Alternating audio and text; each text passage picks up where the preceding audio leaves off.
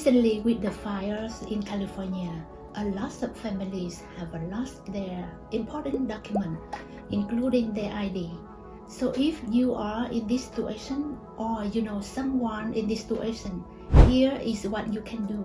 First of all, you will need two people who know you and your situation very well, who can verify your identity. These two people are called witnesses. They can be your friends, your co-workers, your boss, your classmate, your relative, etc. You may be thinking, how do I pick the right witnesses? Can it be anyone? So there are two important things to consider when choosing your witnesses.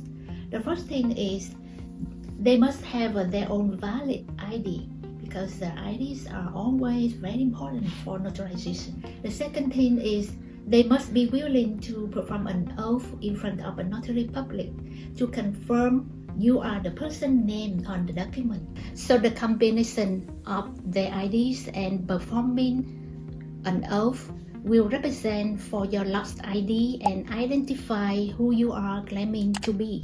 I hope this was helpful for you. If you need more detail, please send me a message or an email. I wish you well. Thank you for watching.